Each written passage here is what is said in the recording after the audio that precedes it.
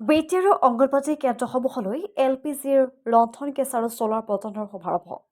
বেটিয়াৰ পোনপ্ৰথমবাৰৰ বাবে আৰম্ভ কৰা এই আঁচনিৰ শুভাৰম্ভ কৰে বেটিয়াৰ AM গৌতম দাসে।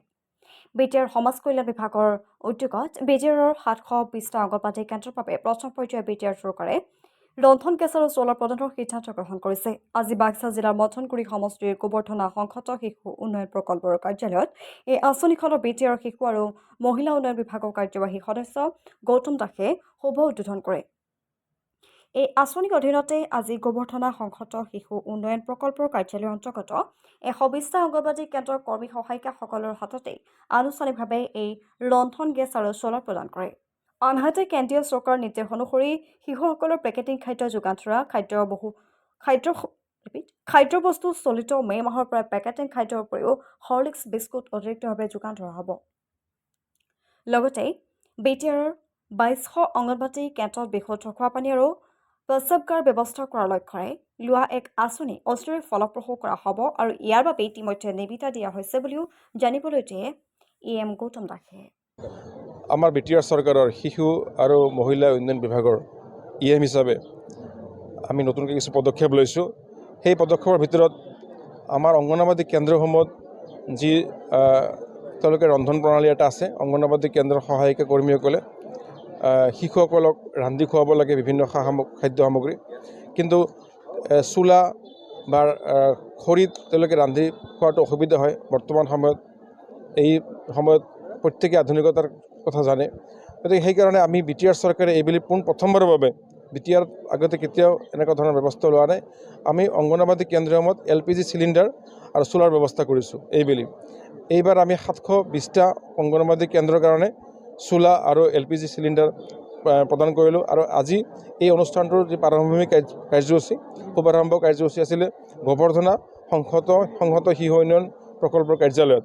ইয়াতে আমি 120গৰাকী অংগনবাদী কৰ্মীক অৰ্থাৎ 120টা কেন্দ্ৰত আমি গেছ চুলা আৰু চিলিণ্ডাৰ প্ৰদান কৰিলোঁ।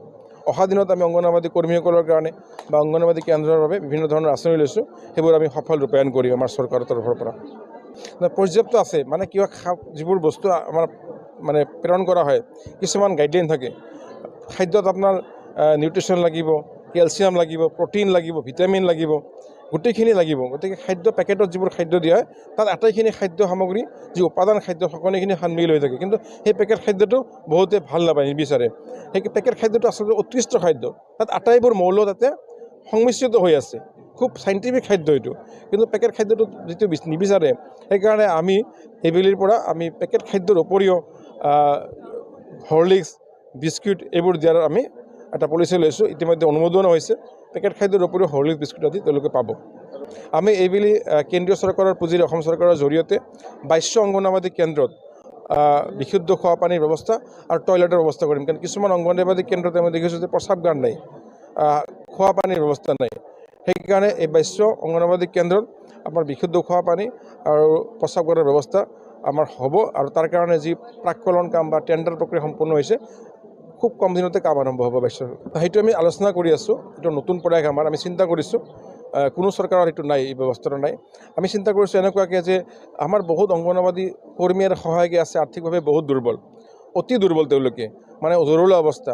তেওঁলোকৰ যদি কিবা স্বাস্থ্য সম্পৰ্কীয় বা জৰুৰী সম্পৰ্কীয় কিবা মানে আৰ্থিক সহায় লাগে জৰুৰী অৱস্থাত, সেই আৰ্থিক সহায় তেওঁলোকে নাপায় বা তেনেকুৱা আৰ্থিক দৈন্যতাত তেওঁলোকে ভোগে, আৰ্থিক অৱস্থাত তেওঁলোকৰ ভাল নহয় কাৰণে। সেইকাৰণে আমি চিন্তা কৰিছোঁ যে আমাৰ প্ৰকল্প কাৰ্যালয় আছে 24টা প্ৰজেক্ট, সেই 24টা প্ৰজেক্টতে আমি কিছু এটা পুঁজি, প্ৰতিটা প্ৰজেক্টত আমি কিছু পুঁজি প্ৰভাইড কৰিম। ইয়াতে আমি পুঁজি এটা প্ৰজেক্টত কিছু টকা আমি তাতে থৈ দিম, তেনেকুৱা ধৰণৰ ফাণ্ড এটা প্ৰভাইড কৰিম। যাৰ খুব জৰুৰী অৱস্থা হয়, একেবাৰে দৰিদ্ৰতম সহায়িকা বা কৰ্মী, তেওঁলোকৰ স্বাস্থ্য সম্পৰ্কীয় বিশেষ কৰি স্পেচিয়েলি মানে মেডিকেল ইছ্যু, স্বাস্থ্য সম্পৰ্কীয় কিবা থাকিলে সেই পুঁজিৰ পৰা তেওঁলোকে এককালীন সাহায্য ল'ব পাৰিব।